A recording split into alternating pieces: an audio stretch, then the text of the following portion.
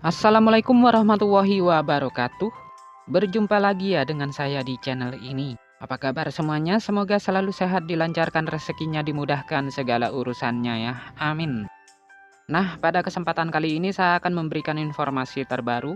Ini terkait bantuan PKH dan BPNT di tahun 2023 ini. Kira-kira kapan ya pencairan PKH dan BPNT tahun 2023 ini? Untuk triwulan yang pertama, apakah akan segera dicairkan di minggu ini? Nah, simak terus videonya sampai selesai agar supaya tidak menimbulkan gagal paham dalam menyerap informasinya. Kemudian selanjutnya ada beberapa kategori KPM PKH maupun BPNT yang akan cair di tahap pertama di tahun 2023 ini. Apakah kalian memiliki kategori tersebut atau tidak ya? Oke, langsung saja pada informasi yang pertama untuk jadwal pencairan bantuan PKH untuk triwulan yang pertama di tahun 2023. Jadi yang perlu diketahui bahwasanya saat ini untuk pencairan bantuan PKH tahap pertama belum bisa diproses ya. Karena selain adanya update data setiap bulan, ini juga adanya sinkronisasi data atau yang disebut dengan verifikasi ketidaklayakan. Jadi sampai hari ini belum ada proses pencairan ya. Karena masih ada proses verifikasi ketidaklayakan atau persiapan data. Nah, jadi sampai saat ini untuk pencairan PKH tahap 1 tahun 2023 belum bisa diproses karena masih persiapan dan sinkronisasi data atau verifikasi ketidaklayakan supaya kedepannya itu tepat sasaran. Sebab saat ini data yang ada di dalam DTKS itu harus benar-benar warga miskin dan bantuan sosial itu berbasis NIK ya. Jadi satu kakak itu harus mendapatkan satu bantuan. Tidak boleh mendapatkan bantuan double kecuali bantuan PKH.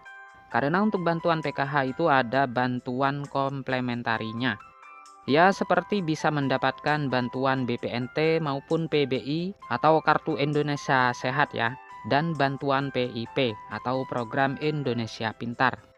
Jadi untuk KPM PKH bisa mendapatkan bantuan tambahan seperti itu.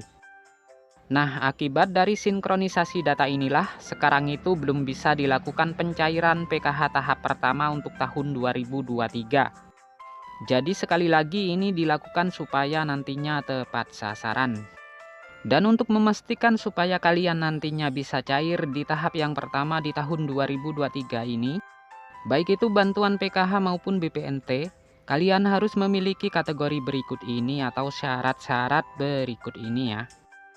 Nah, yang pertama data KPM harus padan dengan DTKS dan Dukcapil, baik Dukcapil daerah maupun pusat. Sementara untuk komponen anak sekolah harus padan di aplikasi Dapodik sekolahnya masing-masing atau di aplikasi EMIS. Nah, jadi ketiga data tersebut harus padan ya, tidak boleh ada perbedaan.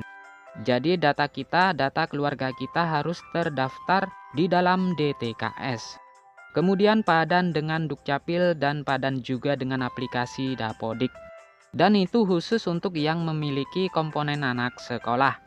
Untuk anak sekolah SD, SMP, dan SMA harus terdaftar di aplikasi Dapodik. Sementara untuk jenjang madrasah itu harus terdaftar di aplikasi EMIS. Kemudian yang kedua, tidak termasuk KPM yang ditidaklayakkan oleh pemerintah daerah. Seperti KPM meninggal dunia, KPM tidak ditemukan sesuai alamat di data yang ada.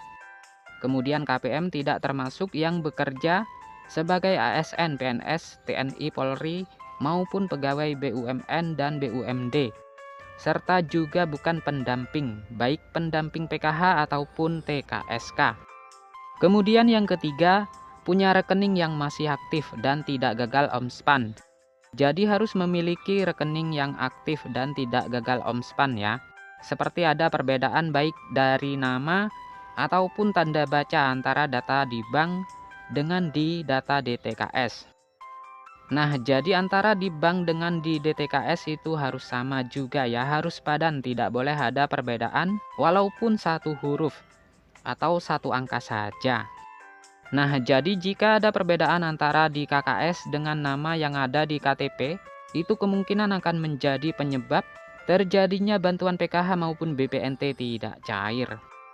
Kemudian yang keempat yaitu tidak menerima double bantuan antara PKH dan BPNT maupun BLT dana desa.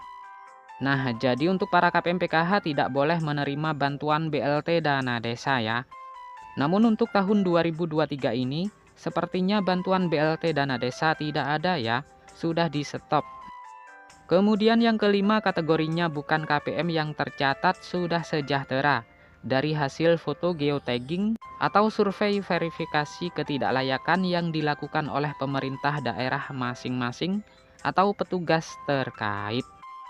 Nah, jadi itulah syarat-syarat yang harus dipenuhi agar supaya nanti bisa cair di tahap yang pertama di tahun 2023 ini. Semoga video ini bermanfaat. Sampai jumpa di informasi-informasi selanjutnya. Assalamualaikum warahmatullahi wabarakatuh.